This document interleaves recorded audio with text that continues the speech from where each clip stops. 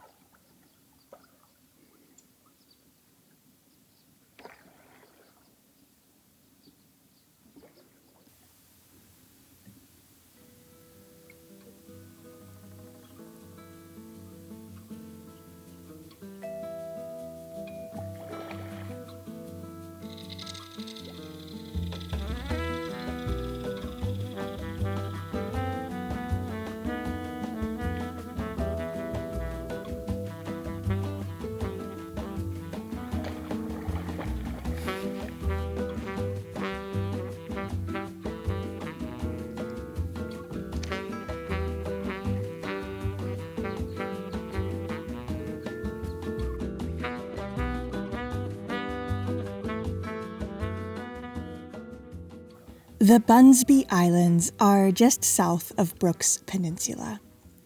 If you're new to our channel, my husband Aladino and I have been exploring the coast of British Columbia on board the sailboat that we spent 5 years restoring, and we're now making our way down the west coast of Vancouver Island. Here we go! But if you have been watching this series of videos all along, perhaps you'll remember several months ago when we explored Knight Inlet on British Columbia's mainland.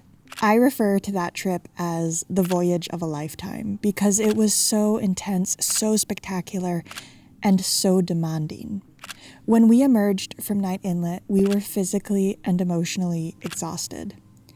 And that's a little bit how we feel now after rounding Brooks Peninsula in the last episode. Brooks had the same sense of wild, the same rugged grandeur, the same sense of risk and adventure that demands constant vigilance. In fact, several things happened on Brooks that actually didn't even make it into last week's episode. Most notably is that for a fleeting but heart-stopping moment, we did actually see the animal that made these prints. For reference, this is my hand next to it. We did not get any footage of it, which is why it didn't make it into the video. But more on that at the end of this episode. Anyway, my point is that after Knight Inlet and now after Brooks Peninsula, we felt tired. We needed a few days to rest and recover, and that is what the Bunsbys offered us. Calm water, protected anchorage, time to sink inwards and recharge.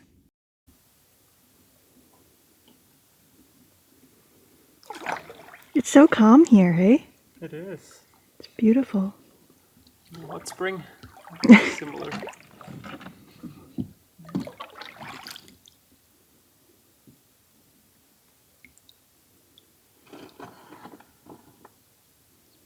Arrived. Come aboard, princess. Okay.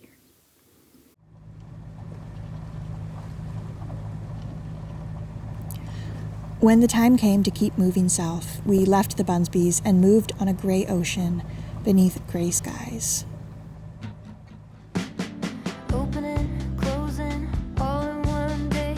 Blue sky, then violent rain. Feeling the dirt shift, sensing the change. The dog has been shaken outside of a grave.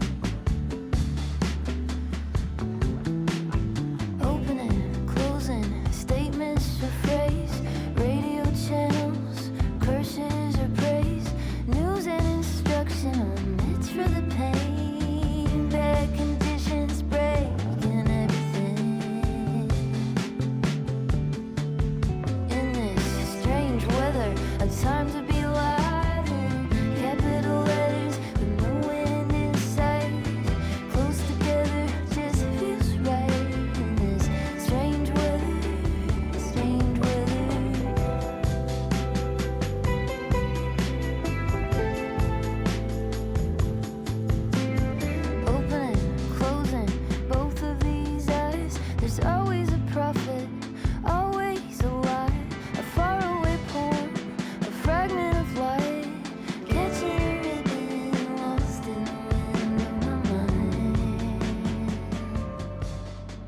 Right, so we're just motoring along the coast. We are heading towards Kyuquot, where they have a general store, hopefully with some fresh vegetables. But as we were going along the coast, we saw this massive cave. So we're gonna go have a quick look at it.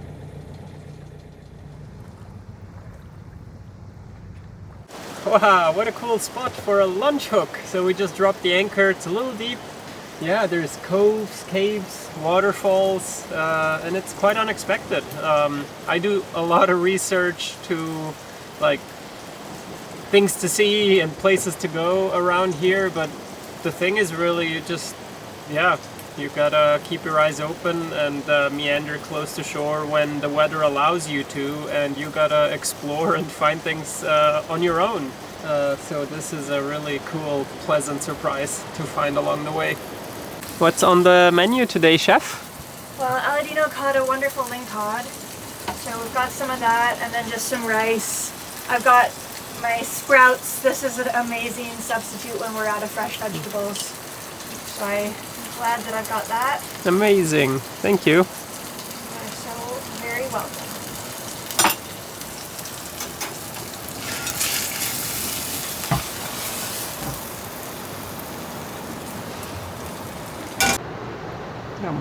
Buon appetito! Now that was a good lunch. Besides just the fishing fun. I love fishing for lingcod and salmon here. Still on my bucket list, halibut, but yeah, we shall see. The lunch was also to see how the boat behaves, how well the hook is set, things like that. It's always good that we study those things a little bit before venturing to shore, if at all. But we have decided to go row around a little bit. It looks like very challenging landing situations, but at least by rowing around we get to see the caves from a little closer and a little better. So that sounds exciting. We're gonna do that.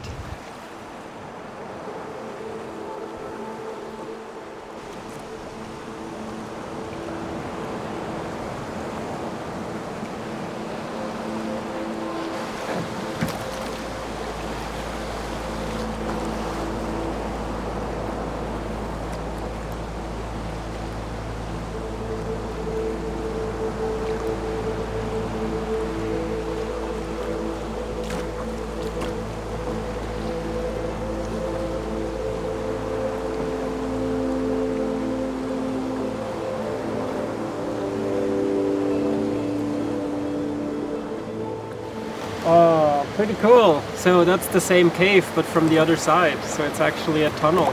Goes across this little mountain here. Yeah, that's why it was so well lit. We could see inside of it. That's pretty cool. Why? I don't know. Because maybe treasure is hidden in there? Yeah, I guess. That's one of the reasons. But landfall is not that easy, so we're just gonna see it all from the dinghy for now.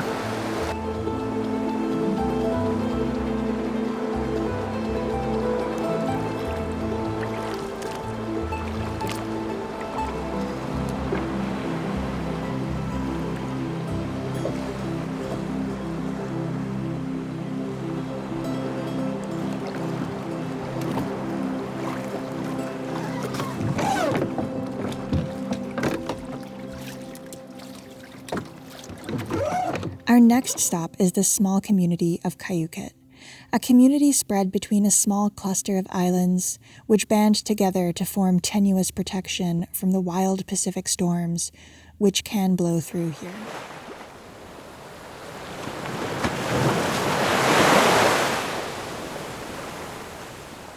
So far, we've been lucky with the weather, and our unseasonably late southbound trip is paying off.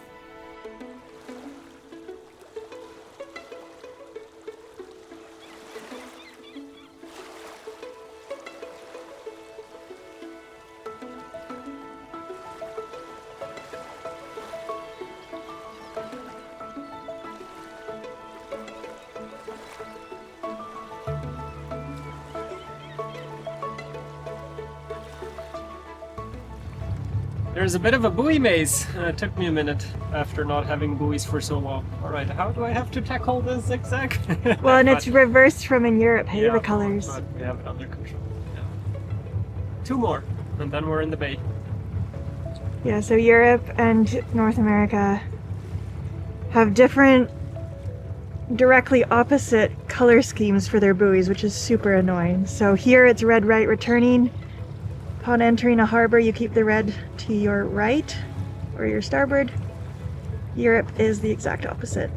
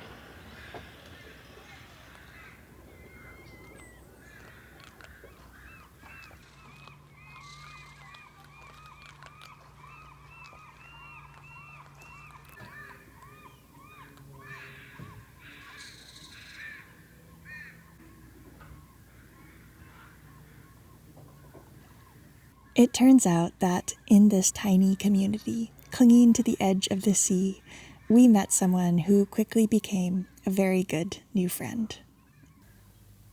So, how do I even start this? I think, okay, what we have here is this place has really shown the limitations of video as a storytelling medium.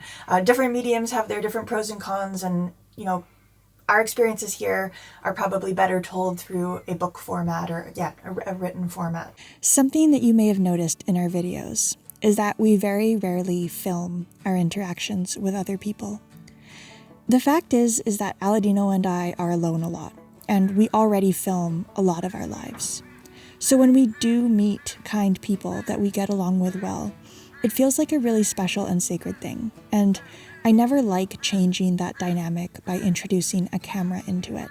To me at least, the relationships and memories we form along the way are best expressed through words that can be crafted afterwards, instead of invading the moment itself.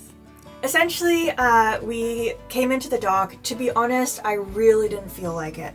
Not stoked about having to go and get provisions, and didn't really feel like dealing with a marina and people and all of that. But we needed vegetables, so we came in, tied up to the dock, and then a guy approached us around our age, and we started chatting a little bit, and then he realized that he recognized us from the videos, and we started chatting some more, and it turns out that he actually grew up here, and so he just told us a whole bunch of stories about what it was like to grow up here.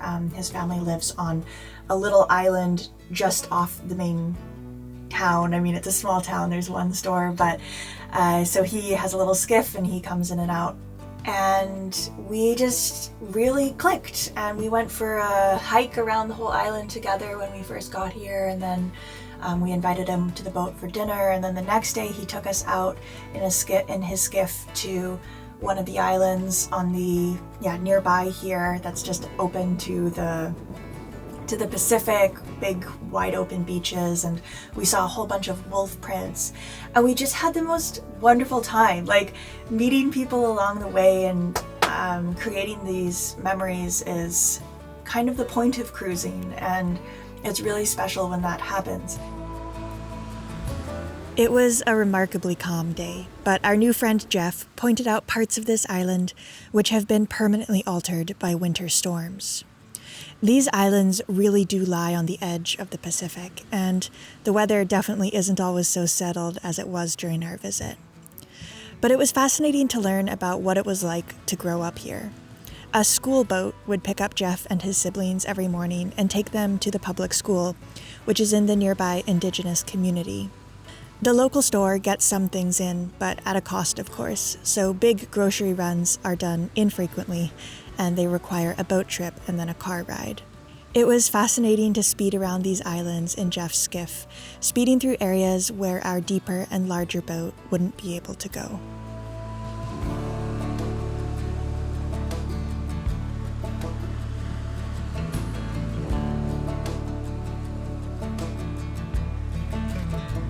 One of the things that we talked about was the finding of glass floats. And as far as I understand it, glass floats were, or are, but I think mostly were, made by Japanese fishermen to hold up the ends of nets or to mark nets or anything. And apparently some bigger Japanese boats actually had like glass blowing capabilities on board so that they could make their own floats. And of course, every now and then the floats would break free, and sometimes they find their way across the entire Pacific Ocean to the shoreline here. And finding these glass floats, especially one that's still intact, is a really rare but really, really, really special event on this coast. I think they used to be more common, now it's plastic floats that are being used much more, but you can still find them. It is really unusual. So we were chatting about this. Aladino and I have been keeping an eye out the whole time we've been on the West Coast. But of course we haven't found any. And our friend Jeff has found several. And so he gave us this parting gift, which is so incredibly special. A small glass float that he found floating just off of Actus Island, which is just off the coast here. It's got this beautiful patina from where the sea has worn it. And I mean, this is so meaningful. What a gift. It's just spectacular. So we're going to have to find a way to display it on the boat in a special way. But Jeff, thank you so much. I mean, Jeff really turned what was just going to be a quick stop for provisions that we didn't even really feel like doing into something really special. It's, I guess, a good reminder that things are always unexpected when you're out here and things can turn so quickly. And we feel really lucky that all of this has come to pass. And so we will leave Kyuquot with really, really special and wonderful memories and head off further down the coast.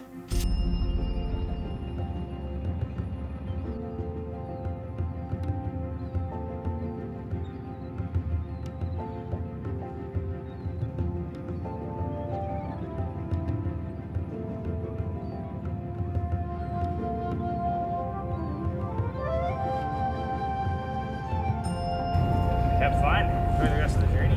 Thanks, Jeff. See you later. Onwards we go, Amore. Onwards we go.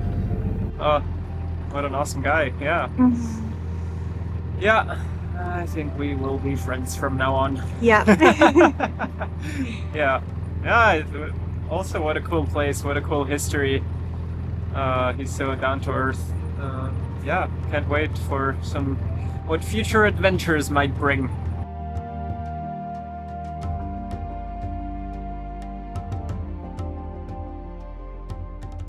We left Kyuquot in the fog, hoping that it would soon burn off as we continued our southbound voyage.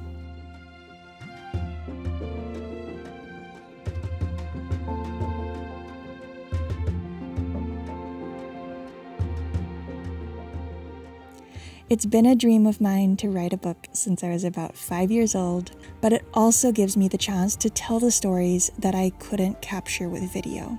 And that is just one of the reasons why I've decided to turn this whole series into a hardcover book that will be out in late March or early April.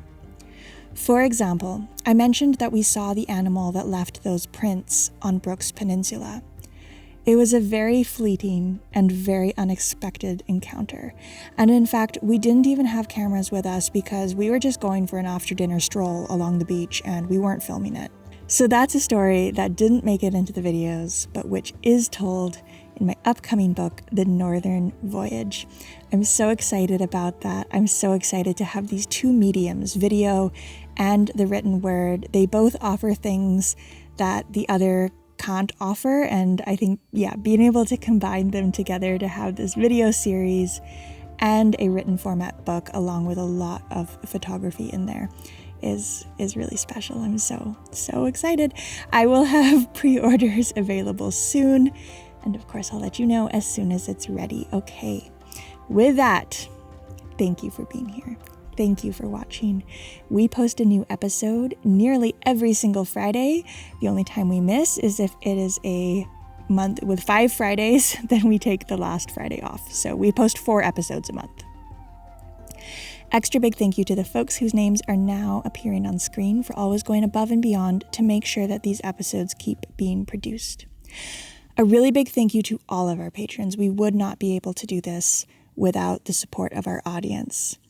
We are really proud of being completely audience funded, and that's because of Patreon. That's because of folks donating $2 a month, whatever you want to do. It's totally flexible how you sign up. And in exchange, we provide real-time updates on Patreon, so you get a bit of a glimpse into what is going on in life in real time on Patreon. Okay, I think that's all my updates. As always, thank you for being here. Thank you for watching. We will see you next Friday. Bye for now.